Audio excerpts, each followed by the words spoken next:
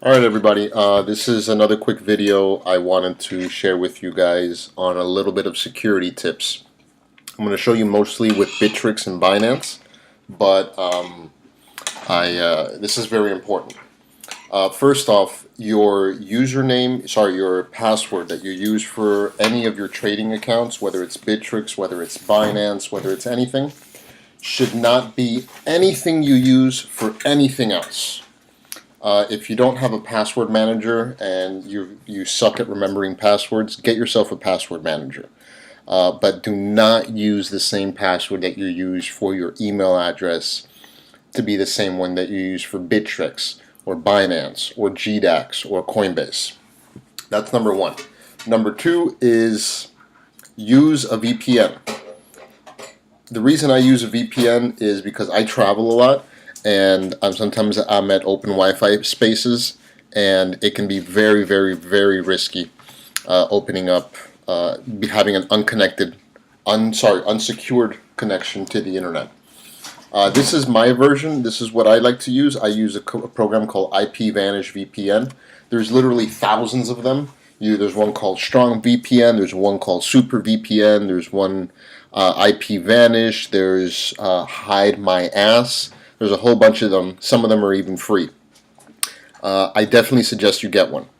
I like using EU address most of the time, so that's why I'm connected to Spain right now. And if you see, it shows me my IP address as what it shows up on the web. So if I go to the internet and type in what is my IP, I'm going to get that public IP address. And you want to see what my real address is in IP. It believes that I'm in Spain, in the city of Valencia. I'm not. I'm in the US right now. I'm not going to say where. But that's the benefit of using a VPN. It basically hides exactly where your location is. That's really helpful in hiding potential hackers that might be able to try to hack into your account and steal all your money. The second thing you should have is two-factor authentication set up on every single one of your bank account profiles as far as crypto is concerned. We're talking about Coinbase, we're talking about GDAX, we're talking about Binance, Bittrex, Poloniex, Kraken. Anything and everything that you use, if there is an option for two-factor authentication, definitely use it. I'm not going to go into the details of two-factor because it's a lot more complex than what I can explain. But long story short, get yourself two-factor authentication for your websites. Now we're going to go into Bittrex. And something I want you guys to do is go into your settings. If you haven't already been verified, make sure you get yourself verified, right? Under two-factor authentication, like I said, if you don't have it set up, you need to set it up. I've already got it set up, so I'm not going to touch anything over here. IP whitelist. This is a good one. I like to use specific VPNs that I know their IP addresses don't change, and I go and bounce around between them. I just remove the whole bunch of them that I use, but the benefit to this is that if anybody gets access to your username and your password and your two-factor authentication and is able to log in, if they don't know exactly where you allow trades to happen, they won't be able to withdraw your money. So if somebody's trying to log into my Bittrex account with a username and password that is correct, but they're not at the same IP address that I have whitelisted, they won't be able to trade. Now that you've seen my IPs, I'm going to end up changing them after I finish this email, just so nobody knows. But this is an extra additional layer of security that you should have. Now, if you go into help on Bittrex and then there's a little dash called Your Privacy and Security, I recommend everybody check this out and read through the entire thing of what they're doing and what's going on behind the scenes as far as Bittrex is concerned. It's very important. Now on to the main reason of this video, which is how to research a coin. There is a million ways to research a coin, but I'm going to start with the absolute easiest one. You're going to go to CoinMarketCap, right? And I'm going to pick any random coin here. I'm not going to go through the top 100. I'm going to go all the way, let's see here. We're going to Viberate. I don't even know what Viberate is, but let's find out about Viberate. So we're going to click on Viberate. The first thing we want to do is to see if there's actual movement. And we see there's significant movement starting on the 20th of December, and it's really spiked up. So that means the markets have been just recently got interested into this. I'm not going to say if that's good or bad. I'm just going to say that that's something to pay attention on. Next thing you're going to do is you're going to hit the markets tab, and you're going to see where this, what's the name of this? Viberate is actually trading. You're going to notice it's trading on Binance, on Bittrex, on HitBTC, on Livecoin, and on Ether Delta. You're going to see the 24-hour volume. You're going to see the price. You're going to see the volume that that actual exchange has. And this is very important because if you pick a coin that, and you only have, for example, Livecoin as your exchange, and they only have 0.4% of available volume, you might be able to buy a couple of coins, but you're probably not going to be able to sell a lot of coins, and vice versa, because there isn't a lot of volume there. You want to see volume. You want to see people buying and selling on the same exchange that you're using so that you can get in and out of it if that's what you want to do, if you want to trade it. If you want to hold it, the same thing kind of applies. If I want to buy $20,000 worth of Livecoin, I can't buy it on if I want to buy $20,000 of Viberate on Livecoin, I can't, because the max 24-hour volume they had was $4,500. I need to use either HitBTC or Bittrex or Binance to make those trades, because that's where the money is, that's where the actual tokens are. So that's another thing to consider. If the coin is already on the exchange that you're using, and if it's not, and let's say it's only on HitBTC and you don't have HitBTC, do the math internally and figure out if it's worth it for you to open up an account on HitBTC to trade this. The next thing I would look at is volume. And you can see the volume here. There's a market cap of $60 million. The last 24 hours, $10 million worth of Viberate have exchanged hands. There's going to be a total supply of 200 million Viberate coins or tokens or whatever the hell they are.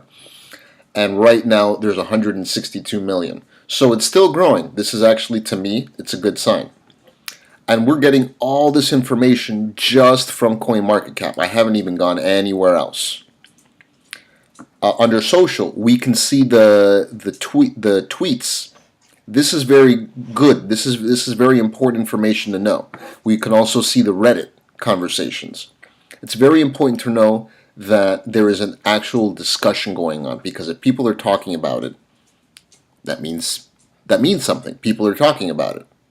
If people aren't talking about it, if the first post that you see on a coin is 4 days ago and nobody's talked about it, that gives you a little indication that maybe that coin might not be the right decision for you. And why is that? It's simple. If people aren't talking about it, there's no interest in it. And if there's no interest in it, the chances of it increasing in value are very minimal. Same thing with Reddit. Go through the Reddits. Look at the conversations that people are having. Let's click on this one. The first ever VIP blockchain visualization. That looks pretty interesting. It's a YouTube video.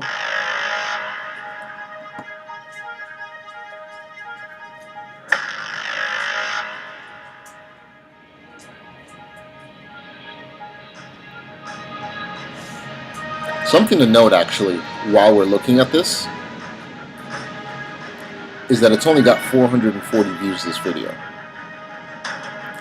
And it was published yesterday. That could be a good thing, that could be a bad thing. But only 600 people are subscribed to this channel.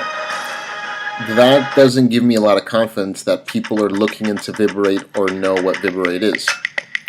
But I'm also seeing, if I go to their videos, they've got a couple of videos, 83,000 views. That's actually pretty good. 1,800 views, 15,000 views. I guess this is a video that I'm going to want to watch if I get really interested in Viberate. But before I get to that, let me go back to CoinMarketCap. And the first thing I'm going to do is click on their website.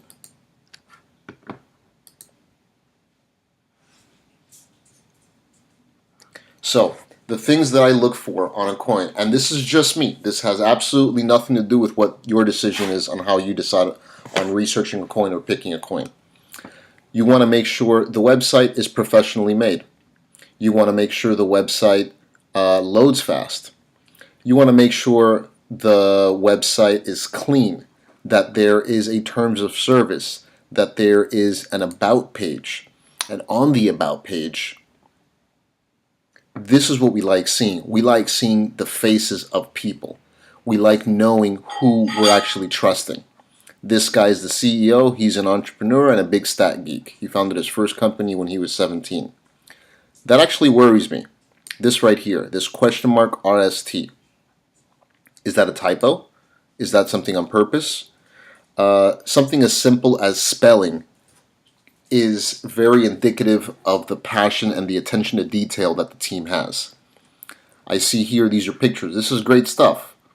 I would like to see links to their social media profiles or their LinkedIn pages so that I could find out a little bit more about them if I'm really interested in this coin. I still don't know what this coin is, so let me read a little bit about it and find out. So let me click up on the homepage. A smarter way to explore live music. A smarter way to explore live music.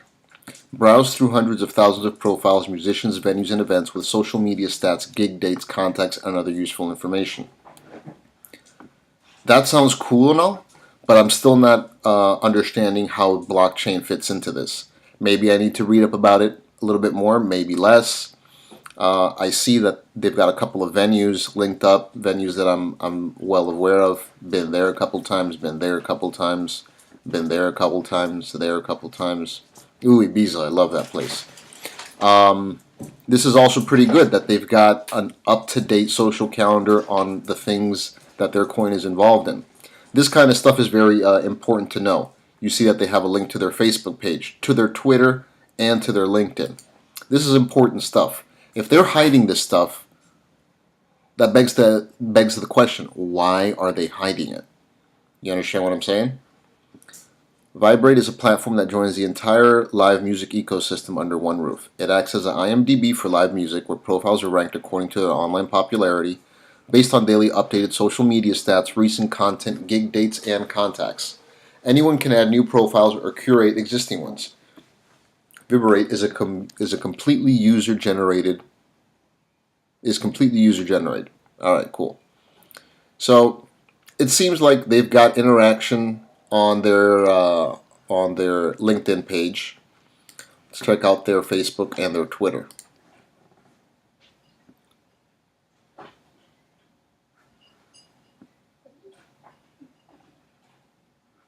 $39,000 people are following this.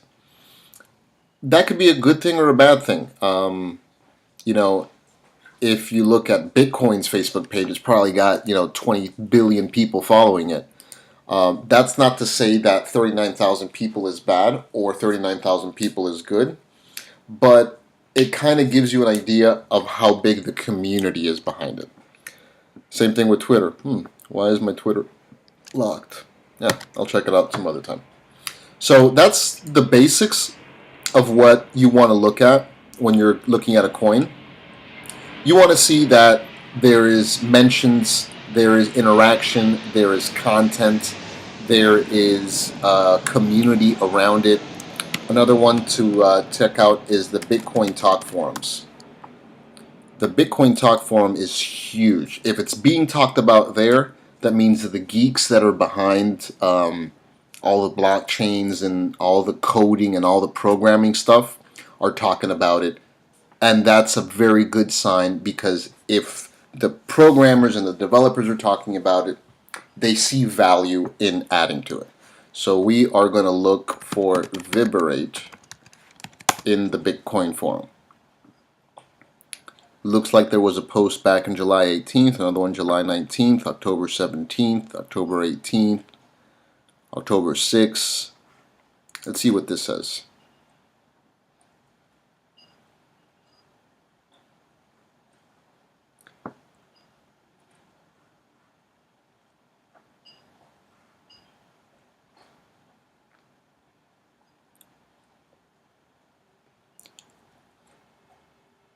You got to look, you got to read, you got to use your intuition and figure out what is the most interesting thing to you.